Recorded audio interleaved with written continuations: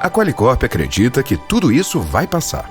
Mas enquanto não passa, investimos mais de 14 milhões para ajudar o Brasil a combater a pandemia.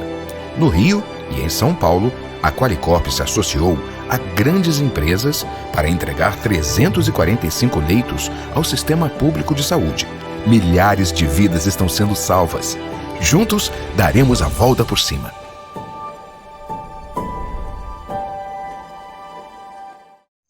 Senhoras e senhores, em continuidade ao terceiro dia do primeiro Congresso Digital Covid-19, Repercussões Jurídicas e Sociais da Pandemia, passamos à segunda Conferência Magna. Convidamos para a presidência desta Conferência Magna, Dr. Manuel Carlos, professor da Faculdade de Direito da Universidade de São Paulo, doutor e pós-doutorando na mesma instituição. Como palestrante desta Conferência Magna, convidamos o ministro do Supremo Tribunal Federal e do Tribunal Superior Eleitoral, Alexandre de Moraes. Com a palavra, doutor Manuel Carlos. Bom dia, Francisca, nossa mestre de cerimonial. Bom dia, excelentíssimo senhor ministro Alexandre de Moraes. Bom dia, minhas senhoras, meus senhores. Inicialmente, eu gostaria de saudar a todos os participantes desse primeiro Congresso Nacional Digital sobre as repercussões jurídicas e sociais da pandemia, um evento grandioso que já atingiu a marca impressionante de 100 mil inscritos, para assentar a nossa absoluta solidariedade e pesar a essas famílias que perderam seus entes queridos nesse momento dramático em que a humanidade busca saídas para salvaguardar vidas o mais breve possível. E juntos nós vamos conseguir. Eu tenho fé nisso.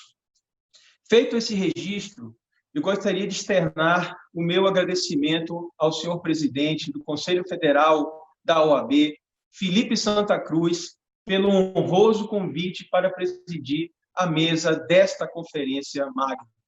E saudar, portanto, de modo bastante especial, o eminente ministro Alexandre de Moraes, jurista que dispensaria qualquer tipo de apresentação, em razão das relevantíssimas funções que Sua Excelência já exerceu e exerce na vida pública.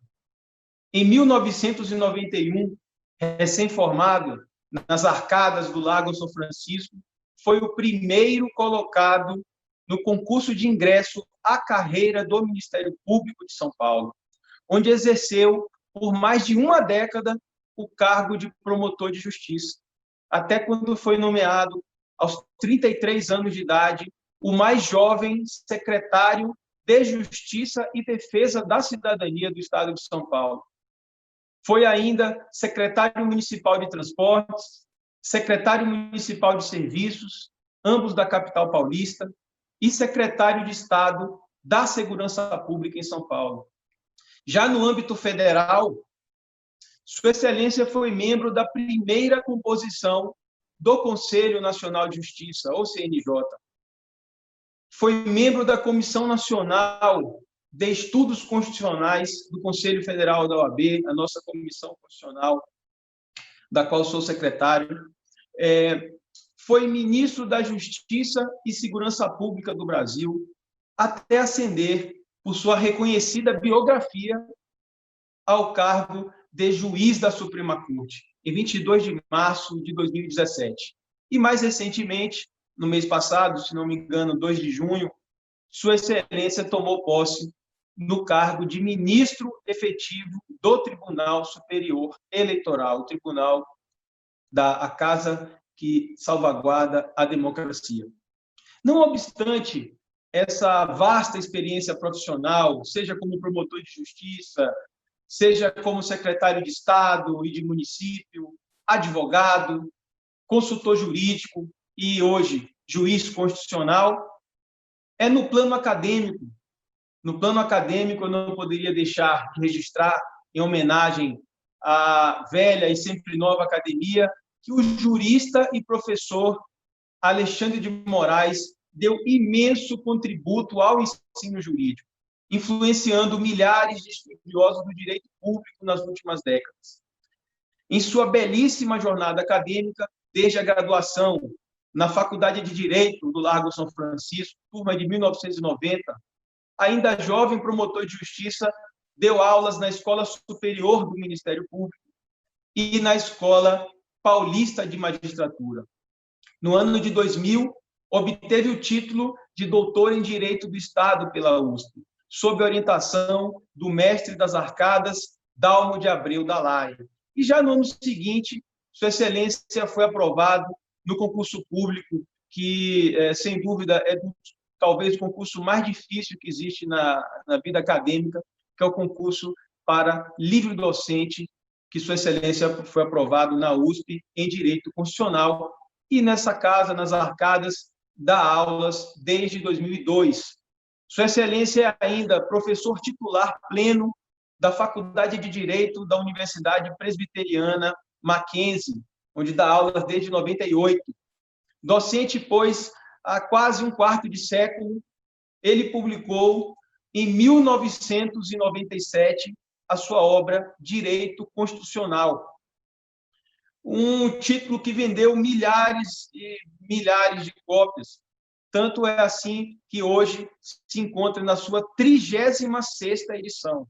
Foram 36 edições dessa obra, que, sem dúvida nenhuma, é um best-seller nas letras jurídicas. Além dessa obra, Sua Excelência é autor, o professor Alexandre de Moraes é autor da Constituição do Brasil Interpretada, que já está na 9ª edição, Direito Constitucional Administrativo, que está na 4ª edição, Direitos Humanos Fundamentais, obra que está na 10ª edição. São dezenas de títulos de livros que Sua Excelência publicou, centenas de artigos científicos que, evidentemente, que não caberiam aqui nesse despretensioso resumo que faço da biografia acadêmica e mencionando alguns pontos importantes da vida profissional do ministro e professor Alexandre de Moraes, a quem eu gostaria de passar a palavra para a conferência magna de hoje. Com a palavra,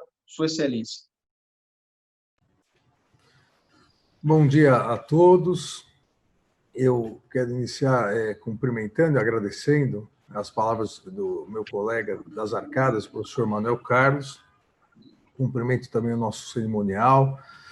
E quero fazer um cumprimento especial ao presidente da Ordem dos Advogados do Brasil, Dr. Felipe Santa Cruz, pela ideia e organização desse primeiro congresso digital para analisar não só as repercussões jurídicas, mas também, como o próprio título maior do evento diz, as repercussões sociais da pandemia. A ideia foi extremamente importante, não deixar que a pandemia pudesse evitar um encontro como esse, um encontro patrocinado pela OAB, um encontro que traz grandes debates, grandes discussões, não só magistrados, membros do Ministério Público, advogados, professores do Brasil e do exterior, para que nós possamos realmente analisar essas repercussões. Assim como o professor Manuel Carlos fez, também quero aqui aproveitar o espaço para me solidarizar com todas as famílias das mais de 80 mil vítimas fatais no Brasil dos mais de 80 mil brasileiros mortos em decorrência da pandemia do Covid-19. Realmente é um número trágico, mais de 2 milhões de brasileiros infectados. Então, isso fez com que houvesse a necessidade de um outro olhar no campo jurídico para que o direito pudesse auxiliar também no combate a essa pandemia e pudesse diminuir ou pelo menos atenuar os reflexos nefastos que vêm ocorrendo em virtude da pandemia. E é isso exatamente que me parece aqui importante nós discutirmos nessa conversa que nós teremos a partir de agora. Dentro dessa pandemia, dentro das condições excepcionais que ocorreram, a partir principalmente da segunda quinzena de março no Brasil, como isso refletiu e como isso refletiu no Poder Judiciário, principalmente no Supremo Tribunal Federal, e qual foi a importantíssima contribuição do Supremo Tribunal Federal na pandemia dentro exatamente das suas 3 clássicas missões constitucionais que existem desde o início da República, desde a transformação do antigo Supremo Tribunal de Justiça, existente na Constituição do Império, mas sem atividade de justiça constitucional, essa transformação que se deu pela Constituição de 1891, aí sim, criando nos moldes como nós conhecemos hoje, nos moldes da Suprema Corte norte-americana, o Supremo Tribunal Federal, com as suas 3 missões clássicas que foram exercidas dentro desse período importantíssimo da pandemia.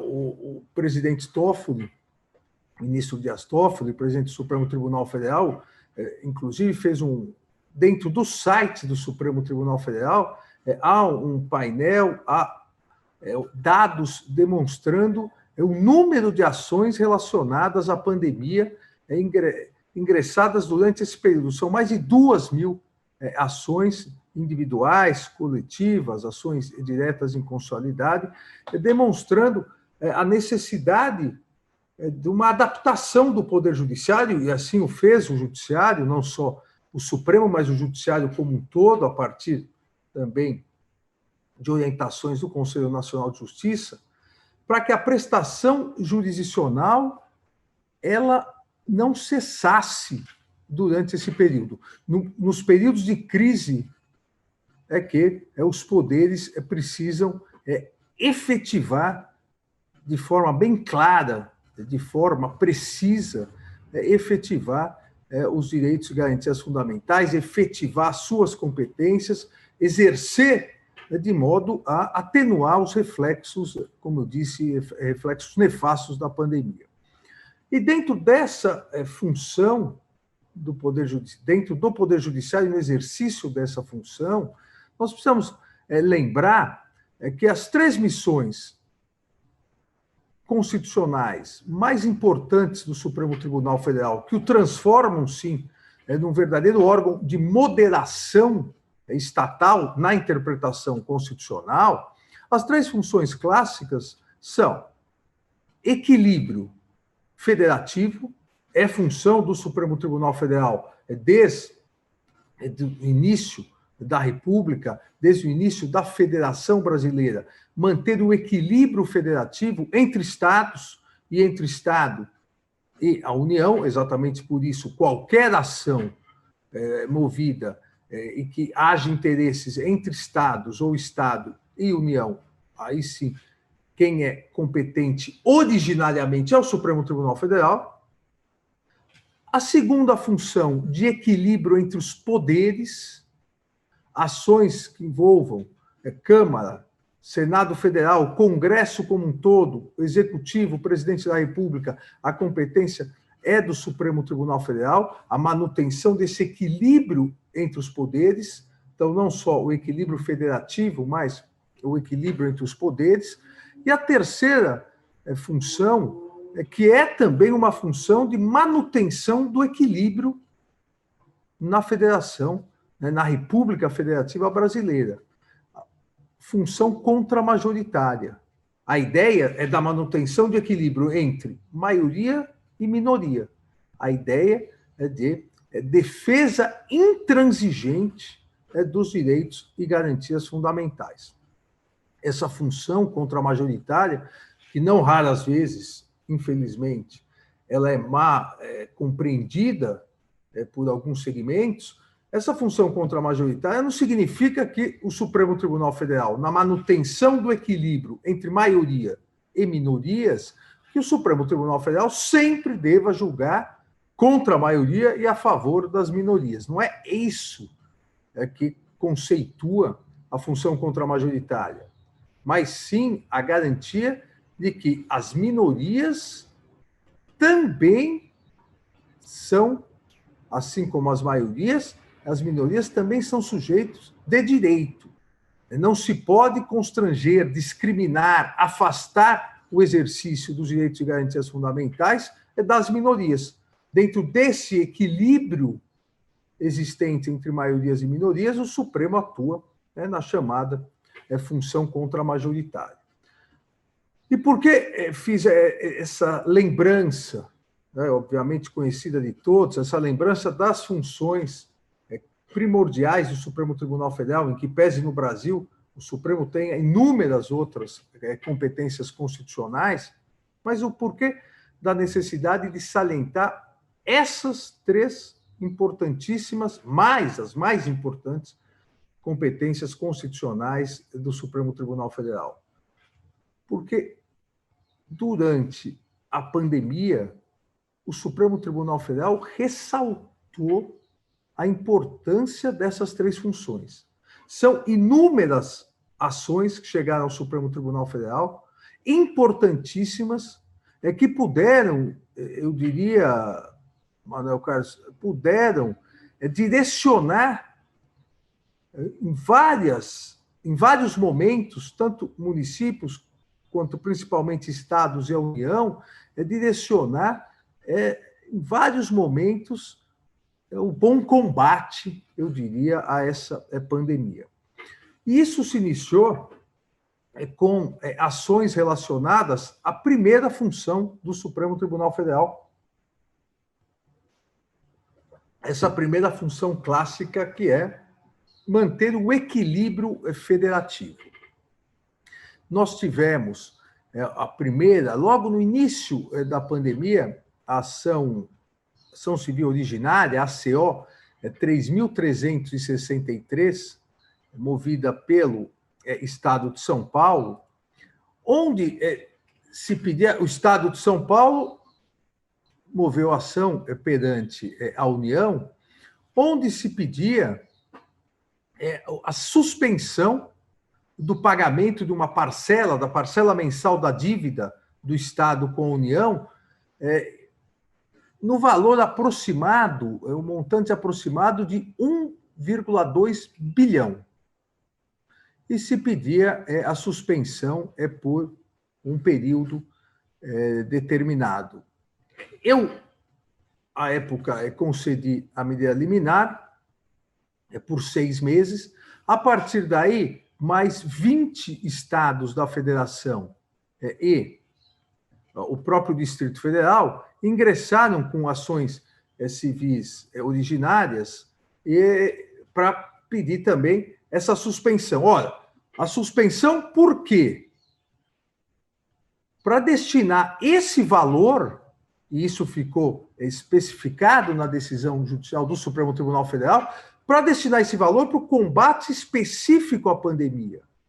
Aqui, numa valoração, numa ponderação de valores, obviamente, jurídica e socialmente, os efeitos da pandemia seriam melhor combatidos com a utilização desse dinheiro no combate direto à pandemia do que para amortizar a dívida dos estados com a União, em que pese, obviamente, a importância de se manter o equilíbrio nas contas entre Estados e União, mas nesse momento específico, nesse momento crucial, o Supremo Tribunal Federal, na manutenção desse equilíbrio federativo, o Supremo Tribunal Federal acabou permitindo a destinação de mais de 12 bilhões de reais para que os estados, isso somando todos os estados que ingressaram no Supremo Tribunal Federal e a suspensão por 6 meses, 180 dias,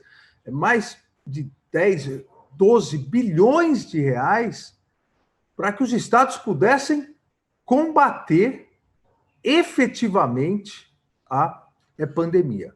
Isso depois, essas ações foram declaradas extintas quando o Congresso Nacional também, e aqui parabenizo os presidentes das casas, o presidente Rodrigo Maia, deputado, e o presidente Davi Alcolumbre, senador, aprovaram a chamada PEC do Orçamento de Guerra, que permitia também, entre outras coisas, a suspensão por esse prazo de 6 meses das dívidas. Mas veja, o Supremo Tribunal Federal, atuando na sua clássica função de equilíbrio federativo, auxiliou com a destinação, permitindo essa destinação de recursos à pandemia.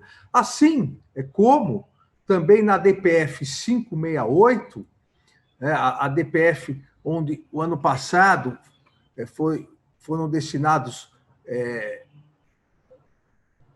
todos os recursos que a Petrobras devolveu para aproximadamente 2,5 bilhões de reais, devolveu em virtude da investigação da Operação Lava Jato, e haviam sido destinados num belíssimo acordo entre União, Executivo, Legislativo e o Judiciário, o Supremo Tribunal referendando, foi substituída a destinação de valores e 1 bilhão e 600 milhões de reais que haviam sido destinados naquele momento à educação, em virtude da pandemia, também isso foi destinado ao combate à pandemia do Covid, causada pelo Covid-19.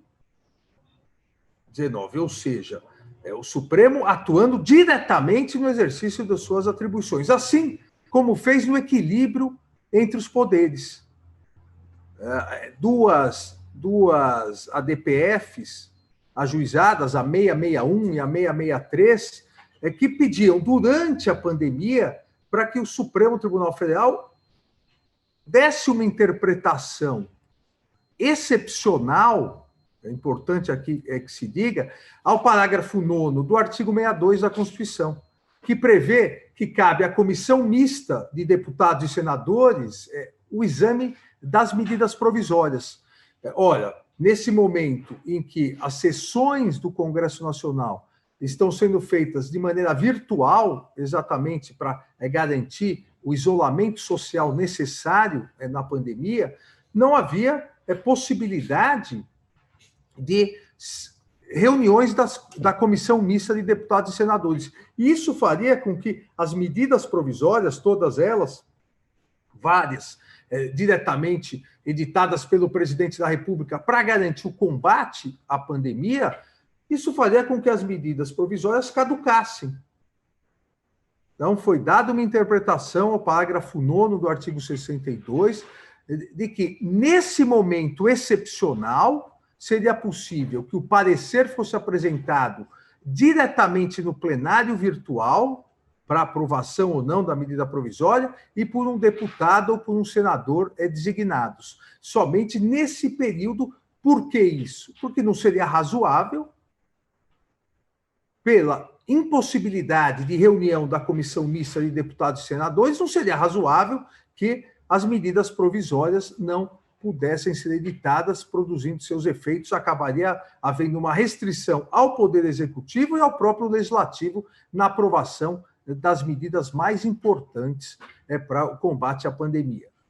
Da mesma forma, dentro desse equilíbrio entre os poderes, na ação direta de inconstitucionalidade 6357, outra decisão importantíssima do Supremo Tribunal Federal, onde, analisando a Lei de Responsabilidade Fiscal, em especial artigos, o artigo 14, artigo 18, o Supremo Tribunal Federal entendeu que há possibilidade, em virtude do surgimento de condições supervenientes, absolutamente imprevisíveis, como a pandemia do Covid-19, que acabaram afetando radicalmente a possibilidade de execução do orçamento que é planejado no ano anterior, há possibilidade, e o Supremo assim autorizou, com base no artigo 65 da Lei de Responsabilidade Fiscal, a possibilidade de um regime emergencial para os casos de reconhecimento de calamidade pública.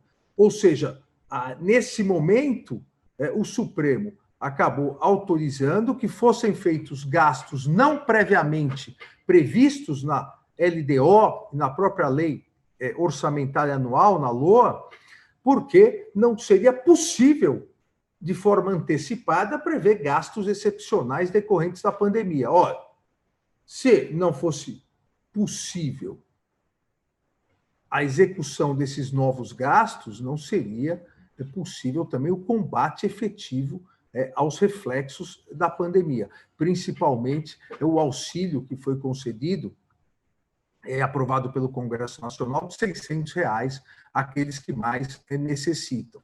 Então, o Supremo Tribunal Federal, nessa ação direta de inconstitucionalidade 6357, autorizou esses gastos, que depois também foram autorizados pela superveniente PEC do Orçamento de Guerra. Uma atuação efetiva do Supremo Tribunal Federal, uma atuação jurídica, mas com reflexos sociais importantíssimos. Se não houvesse essa relativização excepcional da Lei de Responsabilidade Fiscal somente para o caso da pandemia, não seria possível ter sido pago esses R$ 600 mensais desse auxílio durante a pandemia às pessoas que dele necessitavam para sua sobrevivência. Não bastasse isso, ainda dentro do equilíbrio entre a federação, o equilíbrio entre os poderes, todos aqui se recordam, essa foi a questão mais discutida durante esses meses, por várias ações diretas, ADPFs, entre elas a ADPF 672, a questão que o Supremo Tribunal Federal definiu de competência administrativa concorrente entre União, estados e municípios para edição de medidas administrativas importantes ao combate da pandemia.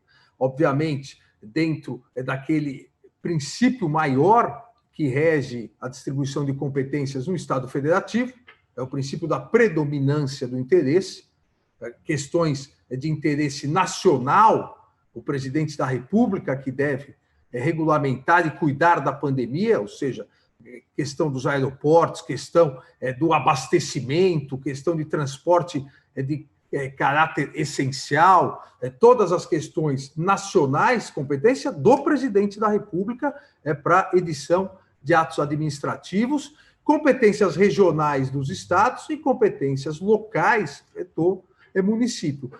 Assim, reiterando o que a nossa Constituição Federal estabelece, que na questão de pandemias, na questão de saúde pública, a competência administrativa é concorrente. Eu várias vezes ressaltei, e ressalto aqui novamente, não se excluiu da competência nenhum ente federativo. Pelo contrário, o Supremo Tribunal Federal reafirmou que todos os entes federativos são competentes e devem exercer as suas competências nos limites constitucionais. Os municípios não podem regulamentar algo de interesse geral do Brasil. Os municípios não são, assim como os estados, esses entes federativos não são repúblicas autônomas dentro do Brasil. Eles podem, sim, regulamentar questões de interesse local, no caso do município, e questão de interesse regional, no caso dos estados. Agora, as questões de interesse geral, isso continuou, e o Supremo Tribunal Federal reafirmou, continuou na competência da União, para que a União pudesse estabelecer a liderança, as grandes balizas no combate à pandemia, ao Covid-19. Isso também foi uma decisão importantíssima do Supremo durante essa pandemia. E o Supremo Tribunal Federal, para encerrar aqui, as 3 principais competências do Supremo, clássicas competências que foram exercidas durante o período da pandemia, o Supremo Tribunal Federal manteve o equilíbrio entre minorias e maioria, manteve o equilíbrio no exercício da sua função majoritária na defesa intransigente dos direitos e garantias fundamentais. Eu cito aqui 2 casos importantíssimos, inclusive uma ADI 6351, proposta pelo Conselho Federal da Ordem dos Advogados do Brasil, onde se pedia que houvesse a divulgação, na verdade, se pedia a suspensão de uma alteração que havia sido feita por medida provisória, em que a lei de acesso à informação ficaria restrita. E isso, durante a pandemia, não se justificava. Exatamente, a regra estaria se transformando em exceção. A publicidade, a transparência dos gastos públicos, inclusive em relação à pandemia, passariam a ser tratadas como exceção, ou seja, durante a pandemia, deixaria de existir a obrigatoriedade de prestar essas informações. O Conselho Federal da Ordem dos Advogados do Brasil ingressou com ação direta e o Supremo Tribunal Federal, com base na transparência, no princípio da publicidade, garantiu o acesso total a essas informações, declarando inconstitucional a alteração. Da mesma forma que o Supremo Tribunal Federal, também no exercício dessa função contramajoritária de garantia absoluta dos direitos e garantias fundamentais, afastou aquela determinação, aquela alteração administrativa e que o Ministério da Saúde não precisaria mais divulgar o número diário das mortes ocorridas, os novos casos. Isso também feria a transparência, feria o princípio da publicidade e foi afastado pelo Supremo Tribunal Federal.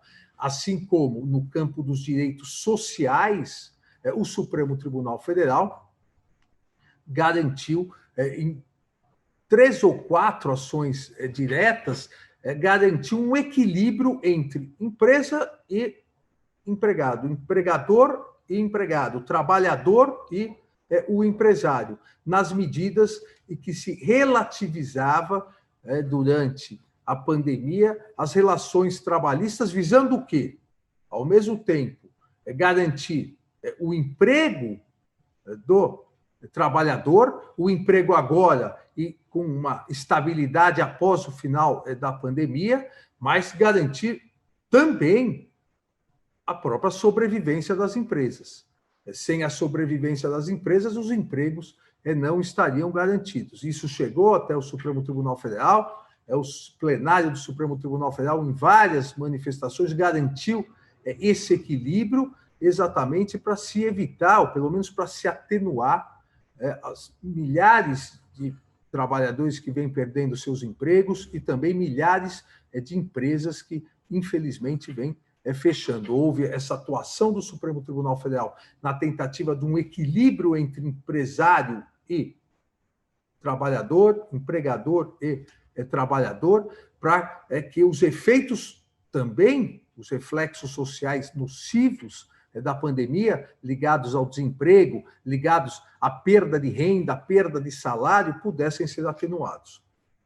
Eu aqui, até pelo tempo,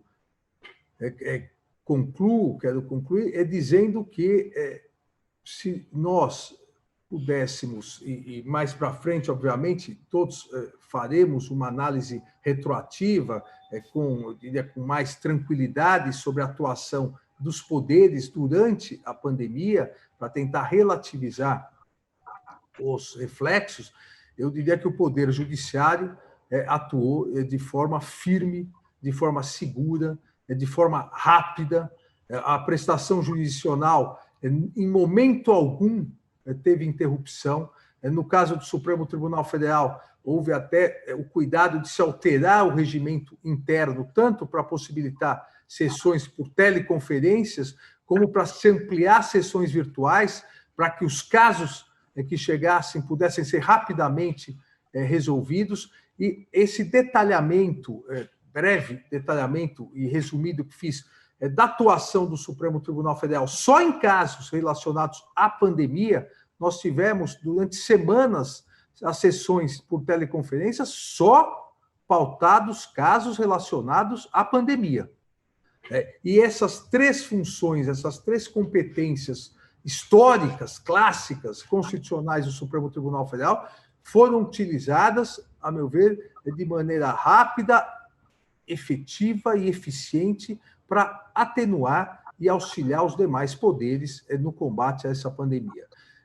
É importante se fazer esse registro, porque não só com a destinação de valores, mas com a garantia de direitos fundamentais, com a relativização de alguns preceitos que engessavam a atuação emergencial, o Supremo Tribunal Federal e o Poder Judiciário como um todo deu a sua contribuição efetiva para atenuar os reflexos nocivos, principalmente os reflexos sociais nocivos dessa pandemia. Eu agradeço novamente aqui o convite que foi feito pela Ordem dos Advogados do Brasil, parabenizo novamente essa brilhante iniciativa de se realizar um encontro histórico por teleconferência, talvez o maior encontro jurídico já feito no Brasil por teleconferência. Obrigado. Obrigado, ministro, pelas palavras, pela belíssima aula magna, por essa conferência que deixou claro para todos a importância do Supremo Tribunal Federal no combate aí a essa pandemia. Em razão do tempo, precisamos encerrar essa conferência. Desejo a Vossa Excelência, a Francisca e a todos que estão aqui nos ouvindo um bom dia, uma boa semana e logo sairemos dessa crise, se Deus quiser. Obrigado a todos. Agradecemos as ilustres participações do professor doutor Manuel Carlos de Almeida Neto, que presidiu esta mesa de conferência magna, ao ministro do Supremo Tribunal Federal e Tribunal Superior Eleitoral, Alexandre de Moraes, pela brilhante palestra e esperamos pela oportunidade de tê-los conosco novamente. Muito obrigada.